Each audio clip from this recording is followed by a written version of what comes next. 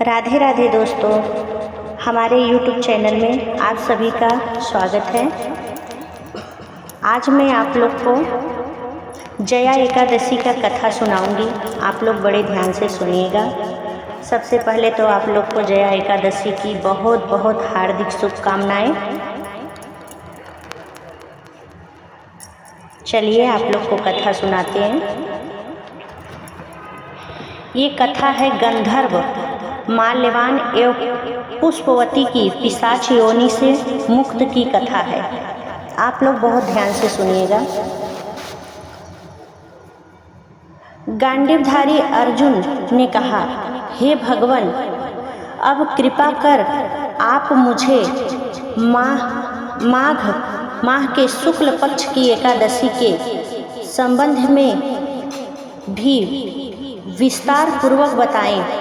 शुक्ल पक्ष की एकादशी में किस देवता का पूजा करना चाहिए तथा इस एकादशी के व्रत की क्या कथा है, उसके करने से किस फल की प्राप्ति होती है।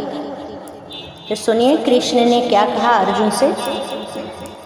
भगवान कृष्ण ने कहा, हे अर्जुन, माघ माह के शुक्ल पक्ष की एकादशी जो जया एकादशी कहते हैं, इस एकादशी के उपवास से मनुष्य, भूत, प्रेत, पिशाच आदि की योनि से मुक्त हो जाता है। अतः इस एकादशी के उपवास को विधि अनुसार करना चाहिए। अब मैं तुमसे जया एकादशी के व्रत की कथा कहता हूँ, ध्यान पूर्वक श्रवण करो। एक बार देवताओं के राजा इंद्र नंदन वन में भ्रमण कर रहे थे। चारों ओर किसी उत्सव के समान वातावरण था। गंधर्व गायन कर रहे थे तथा गंधर्व कन्याएं नृत्य कर रही थी। वहीं पुष्पवती नामक गंधर्व कन्या से माल्यवान नामक गंधर्व को देखा तथा उस पर आश्चर्यचकित होकर अपने हाव भाव से उसे रिझाने का प्रयास करने लगी। माल्यवान भी उस गंधर्व कन्या पर आसक्त होकर अपने गायन का सुर ताल भूल गया। इससे संगीत की लय टूट गई तथा संगीत का समस्त आनंद क्षीण हो गया। सभा में उपस्थित देवगणों को यह अत्यंत अनुचित लगा। यह देखकर देवेंद्र भी रुष्ट हो गए। संगीत एक पवित्र साधना है। इस साधना को भ्रष्ट करना पाप है। अतः क्रोधवश इंद्र ने पुष्पवती तथा माल्यवान को श्राप दे दिया।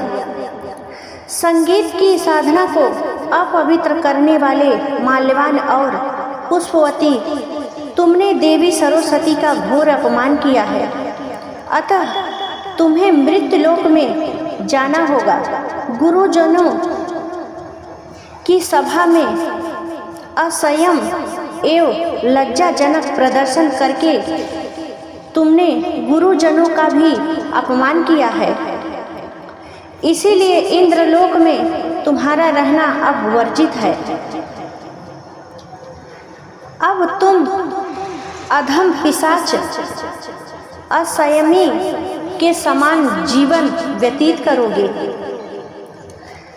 देवेंद्र का श्राप सुनकर वे दोनों अत्यंत दुखी हुए तथा हिमालय पर्वत पर पिशाच योनि में दुख पूर्वक जीवन यापन करने लगे। उन्हें गंध, रस, स्पर्श आदि का तनिक भी बोध नहीं था।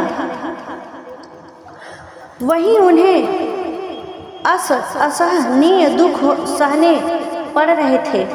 रात दिन में उन्हें एक क्षण के लिए भी निद्रा नहीं आती थी। उस स्थान का वातावरण अत्यंत शीतल था, जिसके कारण उनके रोम खड़े हो जाते थे, हाथ पैर शून्य पड़ जाते थे तथा दांत किटकिटाने लगते थे।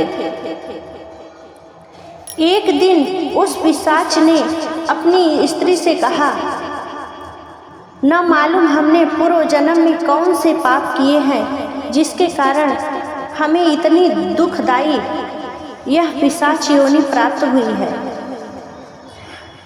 पिशाच योनि से नरक के दुख सहना अधिक उत्तम है। इसी प्रकार के अनेक विचारों को कहते हुए अपने दिन व्यतीत करने लगे। भगवान की कृपा से एक समय माघ के शुक्ल पक्ष की जया एकादशी के दिन इन दोनों ने कुछ भी भोजन नहीं किया तथा न ही कोई पाप कर्म किया। उस दिन मात्र फल फूल ग्रहण कर ही दिन व्यतीत किया तथा महान दुख के साथ पीपल के वृक्ष के नीचे विश्राम करने लगे। उस दिन सूर्य भगवान अस्ताचल को जा रहे थे। वह रात्रि इन दोनों ने एक दूसरे से सटकर बड़ी कठिनता से व्यतीत की। दूसरे दिन प्रातःकाल होते ही प्रभु की कृपा से इनकी पिशाच योनि से मुक्ति हो गई तथा पुनः अपनी अत्यंत सुंदर अप्सरा एवं गंधर्व की देह धारण करके तथा सुंदर वस्त्रों एवं आभूषणों से अलौकित होकर दोनों स्वर्गलोक को चले गए। उस समय आकाश में देवगण तथा गंधर्व इनकी स्तुति करने लगे। नागलोक में जाकर इन दोनों ने देवेंद्र को दंडवत प्रणाम किया। देवेंद्र को भी उन्हें उनके वास्तविक रूप में देखकर महान विस्मय हुआ तथा उन्होंने पूछा, तुम्हें पिशाच योनि से किस प्रकार मुक्ति मिली, उसका संपूर्ण विस्तार मुझे बताओ। देवेंद्र की बात सुनकर माल्यवान ने कहा, हे देवताओं के राजा इंद्र, श्री हरि की कृपा तथा जया एकादशी के व्रत के पुण्य से हमें पिशाच योनि से मुक्त प्राप्त हुई। इंद्र ने कहा, हे माल्यवान, एकादशी व्रत करने से तथा भगवान श्री हरि की कृपा से तुम लोग पिशाच योनि को त्याग कर पवित्र हो गए हो।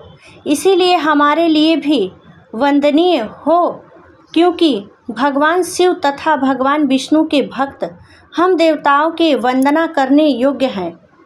अतः आप दोनों धन्य हैं।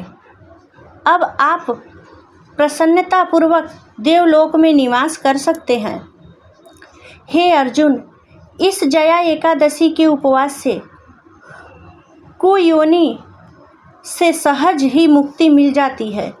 जो मनुष्य इस एकादशी का व्रत कर लेता है उसने मानो सभी तप यज्ञ ध्यान कर लिए हैं। जो मनुष्य श्रद्धापूर्वक जया एकादशी का व्रत करते हैं वे अवश्य ही सहस्त्र वर्ष तक स्वर्ग में वास करते हैं। संडित देवी सरस्वती का एक अलौकिक वरदान है। यह एक साधना है, एक विद्या है। इसमें पवित्रता आवश्यक है। उसमें भी जिस सभा में अपने से बड़े गुरुजन आदि उपस्थित हो वहाँ प्राणी को संयम एवं मर्यादा का पालन करना चाहिए ताकि गुरुजनों का अपमान न हो, उनका सम्मान बना रहे। गुरुजनों का अपमान करने वाला मनुष्य घोर नरक का भागी है। जय श्री हरि।